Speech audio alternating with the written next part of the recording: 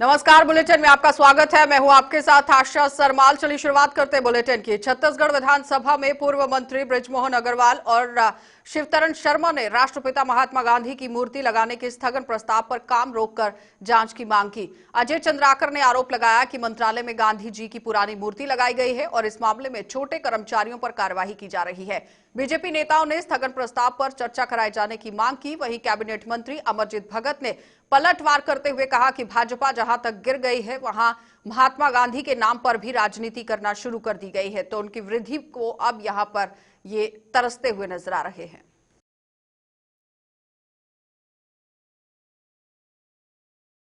सभी को बधाई देता हूं कि 15 सालों तक मंत्रालय में गांधी जी का मूर्ति का स्थापना नहीं हुआ था, जो 2 अक्टूबर को गांधी जयंती के दिन गांधी जी का मंत्रालय परिसर में मूर्ति का स्थापना हुआ। और विपक्ष की स्थिति पे बहुत तरस आता है कि राष्ट्रपिता महात्मा गांधी जी के मूर्ति स्थापना में भी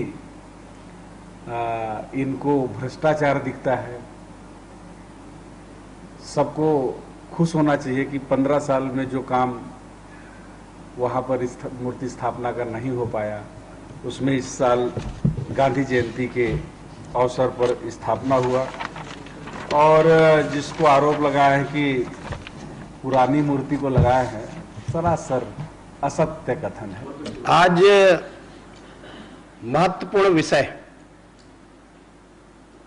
कि पूरा छत्तीसगढ़ शर्मसार है कि बहुत सारे भ्रष्टाचार के मामले आए हैं, लेकिन जो सरकार बोल रही है कि हम गांधी जी के आदर्शों पे चलने वाली सरकार है, और यहां छत्तीसगढ़ में मंत्रालय में गांधी जी की प्रतिमा लगाई गई, मुख्यमंत्री जी के द्वारा उसका अनावरण कराया गया, और अनावरण कराने के पश्चात में मामला जो उजागर हुआ कि मूर्ति कहीं लगी हुई थी, उसको लेकर के ला करके लगा दिया गया। उसका जो भुगतान होना चाहिए भुगतान नहीं हुआ, और सारे नियम प्रक्रिया भंडार क्रय के। तो कोरोना संक्रमण का खतरा कम होने के बाद छत्तीसगढ़ सरकार द्वारा स्कूल कॉलेजों को खोलने के साथ साथ ही वार्षिक परीक्षा को लेकर भी निर्णय लिया गया कि कॉलेज में पढ़ने वाले छात्रों का ऑफलाइन परीक्षा यहां पर होगी और ऑफलाइन परीक्षा यहां ली जाएगी, जिसे लेकर आज जांजगीर के टीसीएल कॉलेज के छात्र छात्राओं ने कॉलेज परिसर में विरोध जताते हुए कॉलेज के प्राचार्य कुलपति के खिलाफ जमकर नारेबाजी की और ऑफलाइन परीक्षा स्थगित कर ऑनलाइन परीक्षा लिए जाने की मांग करते हुए कुलपति के नाम प्राचार्य को ज्ञापन सौंपा।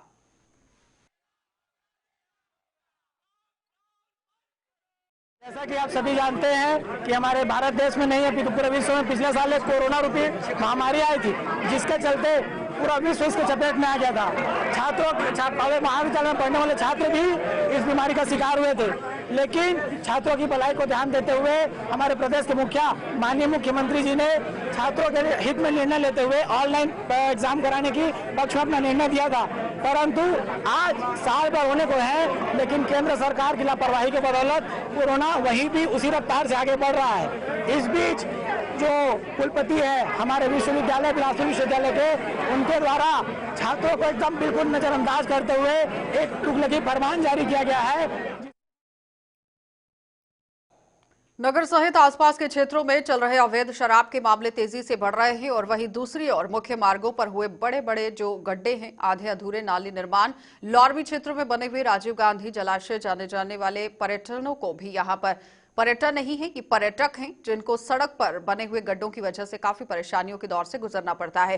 कृषि उपज मंडी में किसानों को होने वाली दिक्कतों को लेकर जिला मुख्यालय के सामने 1 दिवसीय धरना देकर जिला कलेक्टर को आज ज्ञापन सौंपा गया। वहीं बताते चले कि इन दिनों नगर में जल आपूर्ति के नाम पर 22 वार्डों में पाइपलाइन बिछाने का काम यहां पर शुरू करने की कवायद जो है वो शुरू की गई है।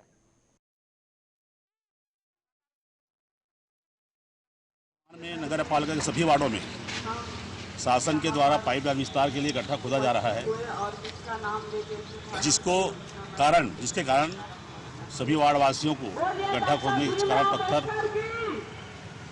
जो ढेर है ऊपर रख दिया गया है, जिसके चलते हर व्यक्ति को घर से बाहर निकलने में भारी परेशानी का सामना करना पड़ रहा है, जिसको भी हमने अति शीघ्र सीमेंटी का ग्रेडिंग करने का निवेदन किया था, वो भी नहीं किया गया। साथ ही लोरबी ब्लॉक में चिल्फी चौकी से गौरकापा एक दर्शनीय स्थल है, जहाँ की रोड की स्थिति अत्यंत दयनीय है, उसको भी हम लोगों को मांग को पूरा करने के लिए कहा गया था। शारदा लोरमी से खुड़िया जलाशय जो पर्यटन स्थल है, विगत 15-20 साल से मैं देख रहा हूँ, वहाँ की रोड की स्थिति अत्यंत दयनीय है, जिसके ओर हम लोगों ने प्रशासन का ध्यान आकर्षण किया, उसको भी अनदेखा किया गया। इसी तरह 11 सूत्री मांग को लेकर हम लोगों ने शराब है, अवैध जुआ, सट्टा, जितनी भी समस्याएं जन समस्याएं, इन समस्याओं को लेकर जिलाधीश महोदय को ज्ञापन सौंपा गया था। तो म्युनिसिपल परफॉर्मेंस इंडेक्स में छत्तीसगढ़ के 2 शहरों ने बेहतरीन प्रदर्शन करते हुए देश के टॉप 10 शहरों में अपनी जगह बना ली है। रायपुर शहर को 10 लाख से ज्यादा जनसंख्या वाले शहरों की श्रेणी में देश में 7वां जो स्थान है वो दिया गया है। बिलासपुर शहर को 10 लाख से कम जनसंख्या वाले शहरों की श्रेणी में रखा गया है, लेकिन किस तरह से पूरी श्रेणी यहां पर दी गई है, क्या कुछ पूरी जानकारी है, रिपोर्ट देख लीजिए। दरअसल भारत सरकार आवासन और शहरी कार्य मंत्रालय द्वारा आज वीडियो कॉन्फ्रेंसिंग के माध्यम से देश के शहरों के मध्य आयोजित म्युनिसिपल परफॉर्मेंस इंडेक्स प्रतियोगिता के परिणाम घोषित किए गए। परिणामों की घोषणा केंद्रीय आवासन और शहरी कार्य मंत्री हरदीप सिंह पुरी द्वारा नई दिल्ली में की गई। वहीं आपको ये भी बताते चले कि पिछले वर्ष देश में स्वच्छता जो राज्य का पुरस्कार दिया गया था, वो प्रधानमंत्री आवास योजना में बेहतर कार्य हेतु छत्तीसगढ़ को केंद्र सरकार द्वारा पुरस्कृत किया गया था। बहुत खुशी की बात है कि रायपुर शहर को 7वां रैंक प्राप्त हुआ है और जिस तरीके से एक साल में माननीय मुख्यमंत्री भूपेश बघेल जी और हमारे यशस्वी मंत्री श्री कुमार डहरिया जी के नेतृत्व में जिस तरीके से शहरों में विकास के काम हुए, जिस तरीके से विकास की गंगा बही, और खास तौर पर जो नगर निगम का जो इलाका है, जहां पर पानी, बिजली, साफ सफाई और जिस तरीके से मनोरंजन के संसाधन, जिस तरीके से रायपुर में सड़क और जिस तरीके से अभी चारों तरफ उद्यानों में, तालाबों में सभी चीज को ध्यान दिया गया और जिस तरीके से रायपुर एक खूबसूरत शहर की श्रेणी में आ गया, रायपुर एक खूबसूरत दिखने लगा, तो उसमें हमें 7वां रैंक प्राप्त हुआ। और सबसे बड़ी खुशी की बात यह भी है कि पूरे भारत में जो रहने लायक क्षेत्र है वो 6वां हमारे रायपुर को स्थान मिला है। तो निश्चित तौर पर इसमें भी हमारे माननीय मुख्यमंत्री जी भूपेश बघेल जी और मंत्री यशस्वी मुख्यमंत्री श्री कुमार डहरिया जी बहुत बहुत बधाई के पात्र हैं। हमारी पूरी टीम, रायपुर नगर निगम की पूरी टीम, हमारे कमिश्नर साहब और पूरे जितने आला अधिकारी, कर्मचारी, सभी लोग बहुत बहुत बधाई के पात्र हैं, जिन्होंने बड़ी मेहनत रायपुर शहर में की। और रायपुर शहर अब बहुत जल्दी जिस तरीके से राजधानी का स्वरूप लिया है, जिस तरीके से रायपुर अब राजधानी दिखने लगा है, खूबसूरत दिखने लगा है, मुझे उस दिन का इंतजार है जब स्वच्छता संरक्षण होगा और हमारा शहर नंबर 1 आएगा। उसका भी मुझे पूरी उम्मीद है कि अभी जब स्वच्छता संरक्षण में रायपुर शहर नंबर 1 की पोजीशन में आएगा और जिस तरीके से हमारे प्रोसेसिंग प्लांट डले, जिस तरीके से अभी हम लोग रोड स्वीपिंग ला रहे हैं, जिस तरीके से अभी हमारे कर्मचारी बढ़े, जिस तरीके से हमारे और भी ऐसे कई चीजें भी हम लोग रायपुर शहर में ला रहे हैं, तो वो दिन दूर नहीं कि रायपुर स्वच्छता श्रेणी में भी अपना अच्छा स्थान बनाएगा। मुख्यमंत्री भूपेश बघेल, कैबिनेट मंत्री डॉक्टर शिव कुमार डहरिया, गृह मंत्री ताम्रध्वज साहू सहित कई नेताओं ने भूपेश बघेल ने रायपुर एवं बिलासपुर के नागरिकों, जनप्रतिनिधियों एवं नगरीय प्रशासन विभाग को बधाई दी। इस अवसर पर सीएम ने कहा कि हमारे लिए गौरव का विषय है कि छत्तीसगढ़ लगातार शहरी क्षेत्रों में किए गए उत्कृष्ट कार्य के लिए पुरस्कृत किए जा रहे हैं। Bureau report. तो छत्तीसगढ़ सरकार पर सेस की राशि का दुरुपयोग किए जाने का आरोप लगाते हुए बीजेपी विधायक दल ने आज महालेखाकार से मुलाकात कर स्पेशल ऑडिट किए जाने की मांग की। नेता प्रतिपक्ष धर्मलाल कौशिक के नेतृत्व में बीजेपी विधायक नारेबाजी करते हुए विधानसभा से पैदल ही महालेखाकार ऑफिस पहुंचे और कार्यवाही की मांग की गई, जिसके बाद महालेखाकार ज्ञापन उन्हें सौंपा गया और पूर्व मंत्री बृजमोहन अग्रवाल ने कहा कि सेस लगाने के विकृत जो स्पष्ट यहां पर किए गए हैं, इससे मिलने वाली राशि गौठान विकास के लिए खर्च होगी।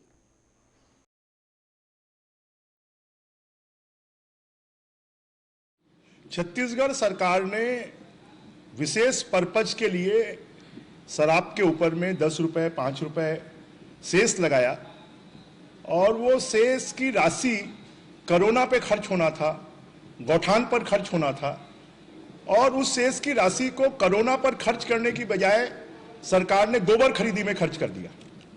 ये शेष की राशि विशेष पर्पज के लिए लगाई जाती है, अगर वो पर्पज समाप्त हो गया तो उसको समाप्त कर दिया जाता है और इस प्रकार से सरकार जनता के पैसे में अमानत में खयानत कर रही है। अगर प्राइवेट आदमी कोई ऐसा करेगा तो उसके खिलाफ में केस दर्ज हो जाएगा, FIR हो जाएगी। सरकार में बैठे हुए दिग्गज लोग कोविड के पैसे को, गौठान के पैसे को गोबर खरीदी में खर्च कर रहे हैं। पिछले 2 वर्षों में गोबर खरीदी के लिए किसी भी प्रकार का बजट में कोई प्रावधान नहीं किया गया और इसलिए हमने AG को कहा है कि इसकी विशेष ऑडिट की जाए। तो छत्तीसगढ़ विधानसभा सत्र के दौरान सरकार और विपक्ष के बीच कई मुद्दों को लेकर माहौल गर्म रहा। संसदीय कार्य मंत्री रविंद्र चौबे ने विपक्ष पर आरोप लगाते हुए कहा कि विपक्ष सदन में मुद्दों में चर्चा नहीं करना चाहती और खाली हल्ला करने में यहां पर लगी हुई है। तो बार बार बहाना बनाकर चर्चा के दौरान भाग जाते हैं ये लोग और उसके बावजूद भी सदन में लोकतंत्र में विपक्ष का यहां सम्मान है। सकता है, उसके बावजूद भी लोकतंत्र में विपक्ष का सम्मान है। अभी भी 7 माननीय मंत्रियों और माननीय मुख्यमंत्री जी के डिमांड्स पे चर्चा है। मैं तो चाहता हूं कि लोग सदन में आए, अपनी बात कहें, कुछ सुझाव दे, रचनात्मक सुझाव और विकास परक कोई सुझाव होगा तो हम लोग उसको मानते भी हैं और प्रदेश की योजनाओं में उसको शामिल भी करते हैं। मुझे लगता है कि जो लोग गांधी को नहीं समझते वो लोग ही इस प्रकार से बातें कह सकते हैं। इस देश में 2 संस्कृति चल रही है, एक गोडसे की संस्कृति और एक गांधी की संस्कृति। गांधी की विरासत को हम अच्छी तरह समझते हैं, लेकिन मैं नहीं समझ पा रहा हूं कि जो लोग गांधी पे कोई आपत्ति कर रहे हैं वो कौन सी संस्कृति को मानने वाले हैं और किसकी विरासत है।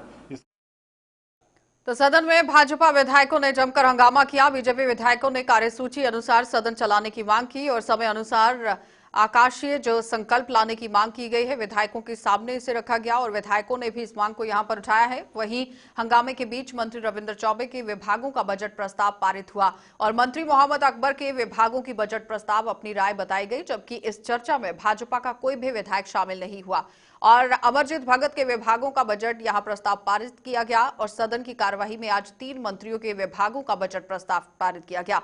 विपक्ष की गैर मौजूदगी में बजट प्रस्ताव पारित हुआ है। आज विधि विभाग, वन विभाग, आवास पर्यावरण विभाग, परिवहन विभाग, 4 विभागों में न्याय प्रशासन के लिए जो विधि विभाग का बजट पारित हुआ है वो 488 करोड़, परिवहन के लिए 96 करोड़, आवास पर्यावरण के लिए 546 करोड़ और वन के लिए 1700 करोड़ का बजट पारित किया गया है। विपक्ष को चर्चा से भागना नहीं चाहिए और अलग अलग बहाने बनाकर वो बाहर चले जाते हैं। बेहतर होता कि वो चर्चा में भाग लेते और अपनी बात रखते, लेकिन 2 दिनों से लगातार ये देखा जा रहा है कि आसंदी के ऊपर भी वो लगातार आरोप लगा रहे हैं और व्यवधान डालने का प्रयास कर रहे हैं, लेकिन आसंदी की तरफ से जो कार्रवाई को आगे बढ़ाई गई वो बिल्कुल नियमानुसार है और बजट पारित किया गया। गौरेला पेंड्रा थाना क्षेत्र में नाबालिग को शादी का झांसा देकर 1 साल से अधिक समय तक उससे दुराचार किए जाने का मामला सामने आया है। पीड़ित नाबालिग के परिजनों की शिकायत पर पेंड्रा पुलिस ने आरोपी के खिलाफ अपराध दर्ज कर लिया है और पूरा मामला पेंड्रा थाना क्षेत्र अंतर्गत लटकोनी गांव का है, जहां गांव के ही रहने वाले एक युवक ने इस तरह से एक युवती को झांसा दिया और अब पुलिस लगातार कार्यवाही में जुट गई है। क्या है पूरा मामला, कब की घटना है? ये मामला जो है अगस्त 19 से है। अगस्त 19 में एक नाबालिग लड़की को गांव का ही लड़का जो है भाग ले गया था। इसके साथ लगातार देख पसंद करता रहा, शादी का झांसा देकर जिसका परिजन के साथ रिपोर्ट किए हैं, जिस पर धारा 367, 367, 377, 323 और पास्को एक्ट की धारा 4(6) के अंतर्गत कार्रवाई की जा रही है। आरोपी की स्थिति है? अभी आरोपी कहीं बाहर काम करने गया हुआ है, इसका पहचान की जा रही है। चलिए, बुलेटिन में फिलहाल इतना ही। इजाजत दीजिए, नमस्कार।